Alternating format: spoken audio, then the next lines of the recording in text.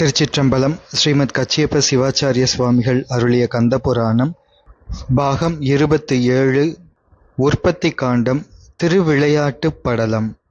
உமையம்மையாரோடு சிவபெருமான் திருமடி மீது வீற்றிருந்து அருளிய கந்தக்கடவுள் வீரபாகு தேவர் முதலான 1,09,000 வீரர்களுடன் எழுந்தருளி பேரின்பமயமான திருவிளையாடல்களை புரிந்து அருளுகின்றார்.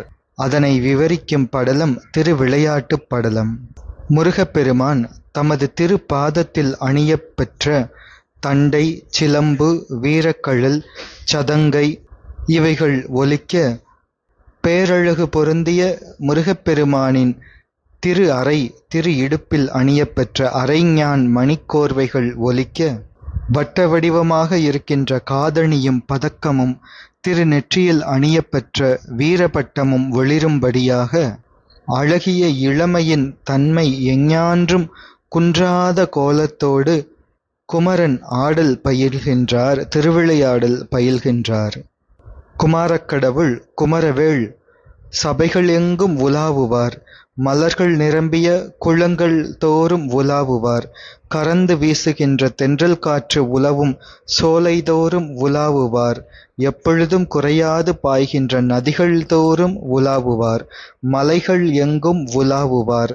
அம்மலைத்தலமே தமக்கு விருப்பமான உறைவிடமாக கொண்டு அருளுவார். நதியின் நீர் குறைதலினால் உண்டான மணல் மேடாகிய இடங்களில் உலாவுவார். பசுக்கள் தங்களினுடைய உடல் தினவு அந்த சொறி தீர்க்கும்படியாக உராய்கின்ற ஆவுரோஞ்சிக்கல் இருக்கின்ற இடத்தில் உலாவுவார். தர்மம் செய்பவர்களினுடைய தர்மசாலைகளிலே உலாவுவார். அடியேனுடைய உள்ளத்திலும் உலாவுவார். சிவபெருமானுக்கும் உமையம்மையாருக்கும் எப்பொழுதும் இனிமை தரும் செல்வ குழந்தையாகிய எமது குமரப்பெருமான். முன்னை பழம்பொருளுக்கும் முன்னவரான சிவபெருமான் வீற்றிருக்கும் ஸ்தலங்கள் தோறும் தம் பிதாவாகிய சிவபெருமானுடன் மாதாவாகிய உமாதேவியார் வீற்றிருக்கும் திருத்தலங்கள் தோறும் சென்று உலாவுவார். வாசம் கமழுகின்ற மலர்கள் மலரும் கடப்ப மரம் இருக்கின்ற இடங்கள் தோறும் உலாவுவார். செம்மை தரும் இனிய தமிழ்மொழியும் வடகலையான ஆரியமும் வழங்கும் இடங்களில் உலாவுவார். சிவபெருமானது நெற்றிக்கண்ணிலிருந்து தோன்றியருளிய முருகக்கடவுள் பூ உலகத்தில் உலாவுவார். நெடிது பறந்து விளங்கும் திசைகளிலெல்லாம் உலாவுவார். எண்ணிக்கையில் அல்லது மதிப்பில் அளவுபடாத சமுத்திரங்களில் உலாவுவார். வானத்தில் உலாவுவார். சூரியன், சந்திரன் முதலான ஒளி கிரகங்களில் ஒளியாகி உலாவுவார்.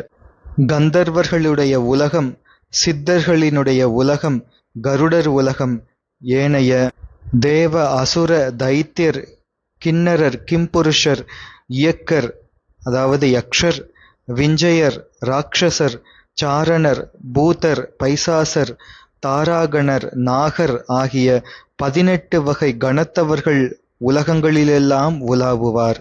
இந்திரன் இருக்கின்ற பழமையான ஸ்வர்கலோகத்தில் எல்லா இடங்களிலும் உலாவுவார். அதனினும் மேம்பட்ட முனிவர்கள் தங்கும் தபோலோகத்தில் உலாவுவார். பிரம்மதேவரின் பிரம்மலோகத்தில் உலாவுவார். சர்வ மங்களமும் நிறைய பெற்ற நாராயண கடவுளின் வைகுந்தத்தில் உலாவுவார். எங்கள் பெருமாட்டியாகிய உமாதேவி அம்மையாரின் உலகத்தில் உலாவுவார். அப்பால் விளங்கும் சிவபெருமான் உலகத்திலும் உலாவுவார். இப்பூமியில் அண்டங்களின் தொகுதிகள் எங்கெங்கும் உலாவுவார். நீர் வடிவான அண்டங்கள், அதாவது பிருத்திவி தத்துவத்தினுடைய அண்டங்கள், அப்பு தத்துவத்தினுடைய அண்டங்கள், வாயு தத்துவத்தின் அண்டங்கள், அக்னி தத்துவத்தின் அண்டங்கள், ஆகாச தத்துவத்தின் அண்டங்கள் எங்கும் உலாவுவார். உவமை காட்ட முடியாத வேறு வேறு சூக்ஷ்மமான அண்டங்கள் எங்கும் உலாவுவார்.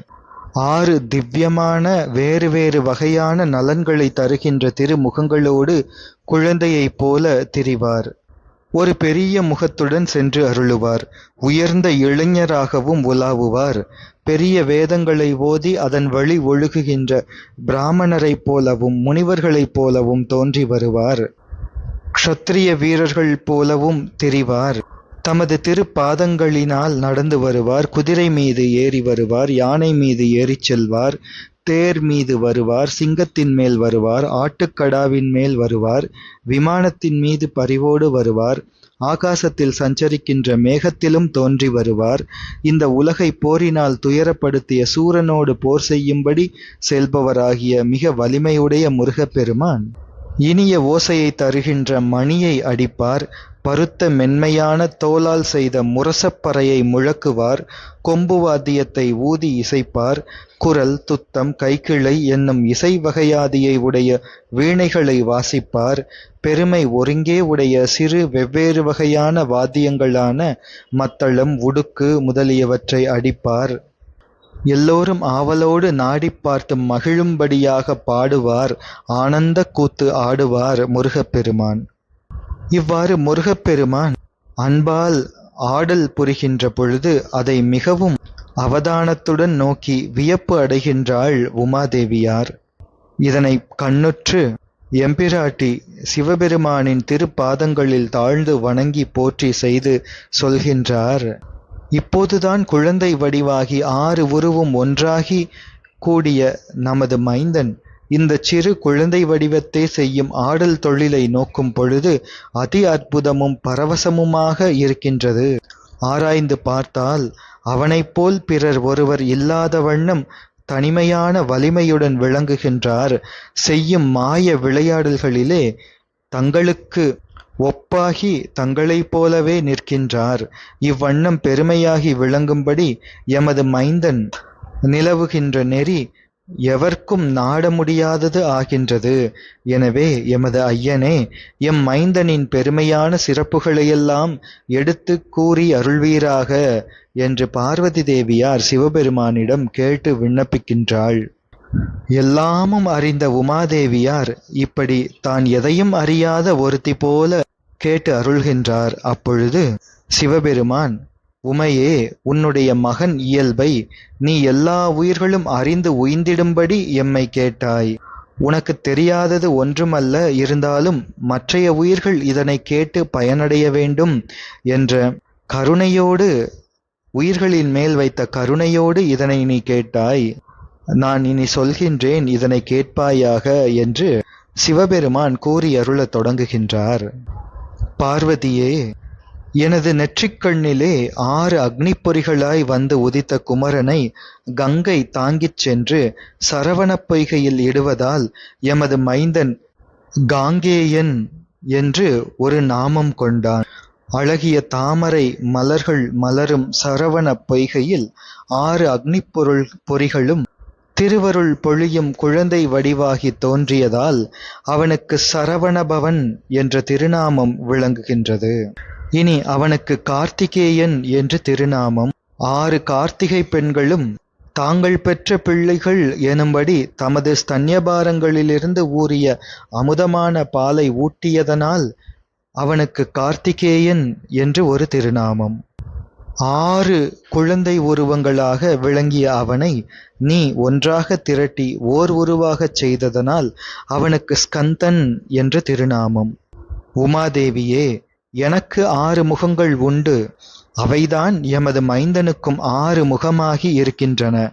அதோடு மட்டுமன்றி தாரக பிரம்மமாகி எல்லா அக்ஷரங்களுக்கும் முன்னால் மொழியப்படுகின்ற ஓம் என்னும் எழுத்தோடு எனது நாமமாகச் சொல்லப்படுகின்ற நமசிவாய என்னும் 5 எழுத்தும் சேர்த்து உனது மகனான முருகனின் ஒரு 6 எழுத்தும் சரவணபவ என்று பொருந்திக் கொண்டது.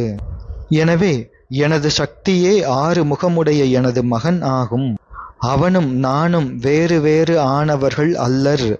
நாங்கள் ஒருவரே. நம்மைப் போல அவனும் பிரிவில்லாது எங்கும் நிற்கின்றான். ஒரு குறைவும் இல்லாத குழந்தையே போல் ஆனாலும் எல்லாவற்றையும் உணர்ந்துள்ளான். தன்னை வந்தனை செய்பவர்கள் எல்லோருக்கும் இங்கு வாழும் துணையும் சிறப்பும் அதோடு இழிவில்லாத முக்தி என்ற பேரின்பத்தையும் கொடுக்க வல்லவன் அவன். மேலும் இனி ஒரு திருவிளையாடல் நடக்கும். எமது மைந்தன் பிரம்மதேவனை வேதத்துக்கெல்லாம் மூல எழுத்தாகி நின்ற ஓம் என்ற மொழிக்கு பொருள் கேட்பார். பிரம்மதேவன் அதை அறியாமல் மயங்குவார். அப்பொழுது பிரம்மதேவர் தலையிலே குட்டி அவரை கொடிய சிறையிலே அடைத்து பின்னர் தானே உலகம் உயிர்கள் யாவற்றையும் பலகாலமாக படைத்து திருவிளையாடல் புரிந்தருள இருக்கின்றான் எமது மைந்தன். பெரும் பலமுடைய தாரகாசுரனை, சிங்க முகத்தின் வடிவுடைய பெருந்தலைவுடைய சிங்கமுகாசுரனை, சூரபத்மன் என்பவனை, இன்னும் மற்றைய அசுரர்களையெல்லாம் தொலைவு செய்து, பின்பு வேதம் ஓதும் பிரம்மதேவன், இந்திரதேவன், மற்றைய தேவர்களினுடைய துன்பங்களையெல்லாம் நீக்கி பேரருள் புரிய இருக்கின்றான். பார்வதியே, உனது மகன் இவ்வாறு அருள் புரிய இருக்கின்றான், இதையெல்லாம் இனி நீ பார்க்க இருக்கின்றாய் என்று எம்பெருமாட்டிக்கு இறைவனார் எங்கள் நாயகரான முருகப்பெருமானின் அற்புதம் நிறைந்த பெருமைகளையெல்லாம் எடுத்து கூறுகின்றார். அப்பொழுது இதையெல்லாம் கேட்டருளிய எம்பெருமாட்டி அதனை கேட்டு, பெருமானே மிகவும் நல்லது என்று மகிழ்ச்சி கொண்டு, தமது குழந்தை வடிவின் பெருமையால் அகில உலகமும் பரவசப்படும்படியும், இதுவே அல்லாது விருப்பு வெறுப்பு அற்று இருக்கும் ஈசனாகிய சிவபெருமானையே மகிழ்விக்கும்படியாக இருக்கின்ற தமது மைந்தனை அணைக்கும்படியாக முருகப்பெருமானை அணைக்கும்படி செல்கின்றாள் பார்வதி அம்மையார். அப்பொழுது முருகப்பெருமான் ஒரு விளையாடல் செய்கின்றார். பார்வதி அம்மையார் அணைக்க வரும் பொழுது அந்த செல்வ குழந்தை செல்வச் சிரிப்பு கொண்டு அப்பால் ஓடி விளையாடல் செய்கின்றது. பார்வதி அம்மையார் அணைக்கச் செல்லும் பொழுது அங்கிருந்து நழுவி ஓடி ஒரு திருவிளையாடலை செய்யத் தொடங்குகின்றது. அது என்ன திருவிளையாடல் என்றால், ஸ்ருங்கம், மாலியவான், இமயம், ஸ்வேதம், நிதசம், ஏமகூடம், நீலகிரி, கந்தமாதனம் ஆகிய திசைகளில் பறந்து இருக்கும் மலைகள் அத்தனையையும் ஓரிடத்தில் கூட்டுவிக்கின்றார் முருகப்பெருமான். அவற்றை பின்னர் தலைகீழாக தூக்கி பூமியில் வைக்கின்றார். எல்லா அலை பொருந்திய கடல்களையெல்லாம் ஒன்றாக ஆக்குகின்றார். சக்கரவாளம் என்னும் மலையை பாதாளத்தோடு அழுத்தி அமுக்குகின்றார். கங்கா நதி பெருக்கெடுக்காதவாறு அதனை தடுத்து நிறுத்துகின்றார். உலக அண்டங்கள் அனைத்திற்கும் ஒருவனான சிவபெருமானே தந்தை, உமையம்மையே தாய். கண்ணால் காணக்கூடிய பூமி முதலான சகல அண்டமும், அப்பால் உள்ள கண் ஒளிக்கும் எட்டாத வேறு வேறு அண்டங்களும் எல்லாம் சிவபெருமானும் உமையம்மையாரும் உண்டாக்கிய அவர்களினுடைய சொந்த பொருட்கள், உடைமை பொருட்கள்.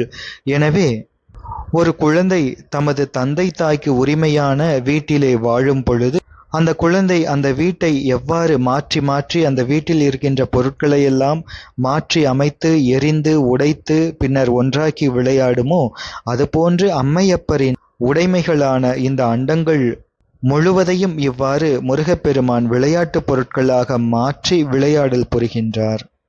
இருள்மயமான பாதாள பிலத்து உள்ளே இருக்கும் 8 வகையான அனந்தன், வாசுகி, தக்ஷன், கார்கோடகன், பத்மன், மகாபத்மன், கங்காபாலன், குளிகன் என்னும் நாகப்பாம்புகளை பற்றி தமது திருக்கையால் பிடித்து மேருமலை முதலான பெரிய மலைகளை தூக்கி அவற்றோடு இந்த பாம்புகளை தேரில் கயிற்றை மாட்டுவது போல மாட்டி இணைத்து கட்டி இந்த மலைகளை உருண்டோடும் சிறு தேராக கொண்டு வேகமாக உருட்டி விளையாடுகின்றார்.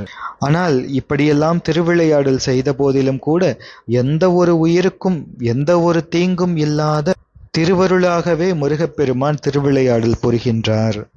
ஒவ்வொரு திசைகளிலும் நின்று பூமியை தாங்கி காவல் செய்கின்ற அஷ்டதிக் கஜங்களான ஐராவதம், புண்டரீகம், வாமனம், குமுதம், அஞ்சனம், புஷ்பதந்தம், சார்வபூமம், சுப்ரதீகம் முதலான திக் கஜங்களை பிடித்து ஒன்றோடொன்று சண்டையிடும்படி செய்விக்கின்றார். தேவ உலகத்திலே பெருக்கெடுத்து ஓடும் கங்கை நீரை ஏந்தி பெரும் கோபம் கொண்டுள்ள வடவாமுகாக்னியை அவித்து மாற்றுகின்றார். அழகான சிறகினை உடைய கருட பட்சியோடு வாசுகி என்னும் பாம்பை பற்றி கருடனுக்கு பயந்து இருக்கும் அப்பாம்பை கருடனோடு போர் புரியும்படி போர் செய்விக்கின்றார். பாதாள உலகத்தில் இருக்கின்ற நாகங்களை பூமியிலே சேர்த்துவிட்டு பூமியில் இருக்கின்ற மலைகளையெல்லாம் கீழே போகும்படி பாதாளத்திலே அழுத்துகின்றார். குளிர்ச்சி பொருந்திய சந்திரதேவனை சூரிய தேவனின் மார்க்கத்திலே செலுத்துகின்றார். 8 திசைகளையும் காவல் பூண்டு அரசு செலுத்தும் இந்திரன், அக்னி, யமன், நிருதி, வருணன், வாயு, குபேரன், ஈசானன் என்னும் திக் பாலகர்களின் உலகங்கள் எல்லாவற்றையும் அவைகள் இருந்த இடத்திலிருந்து பறித்து எடுத்து இருந்த இடம் விட்டு நீங்க மாற்றி அமைக்கின்றார். மேகத்தில் இருக்கின்ற மின்னலின் கூட்டத்தோடு இடிகளையும் தமது திருக்கையால் பிடித்து தாமரை பூவால் ஆன மாலை போலச் செய்து தமது திருமேனியில் அணிகின்றார். சூரியர், சந்திரர், கிரகங்கள், ஏனையவர்கள் எல்லோரும் அந்தரத்தை உலாவி விளங்குமாறு துருவன் என்பவன் வடக்கே இருந்து இவர்கள் ஊர்ந்து செல்லும் தேர்களை, விமானங்களை ஈர்ப்பு சக்தி என்னும் பாசத்தால் கட்டி வைத்திருப்பான். அவ்வாறு துருவன் வைத்திருக்கும் கயிற்றை எமது பெருமான் இடையிலே பிடித்து இழுத்து அறுத்து பூமி மண்டலம், திக்குகள், சூரிய சந்திர கிரகங்கள் எல்லாம் தங்கள் பாசம் அற்ற தொடர்பால் செல்லுமாறு விடுக்கின்றார். இந்திர வில் இரண்டையும் தமது திருக்கரங்களால் பற்றி பிடித்து நட்சத்திர கூட்டங்களையும் அநேகமாகிய கிரகங்களையும் இன்னும் இவை போன்ற பிறவற்றையும் உருண்டையாக கொண்டு தேவர்களினுடைய முடியுடைய தலை, நெஞ்சு, தோள், கழுத்து, முகம் இவைகளில் படும்படியாக வில்லில் உருண்டைகளாக மாட்டி எய்து தனது வில்வித்தையின் திறமையை காட்டுகின்றார் 12 திருத்தோள்களை உடைய எமது பகவான் முருகப்பெருமான். இவ்வாறு உலகம் தன்னில் இப்பூவுலகவாசிகளான மனிதர் முதலியவர்களும் அந்தர உலகவாசிகளான தேவர் முதலிய கணங்கள் யாவரும் முருகப்பெருமானது திருவிளையாடல்களை வியந்து அற்புதமடையுமாறு முருகப்பெருமான் இவ்வாறு திருவிளையாடல் புரிகின்றார். அம்முருகப்பெருமான் அவர் யார் என்றால், ஜீவன் முக்தர்கள் எனப்படும் முனிவர் கண்களுக்கு மட்டுமே திருக்காட்சி தருபவர், மற்ற எவருக்கும் தென்படாதவர். அவரே விமலமூர்த்தியான சிவசுப்பிரமணிய பெருமான்.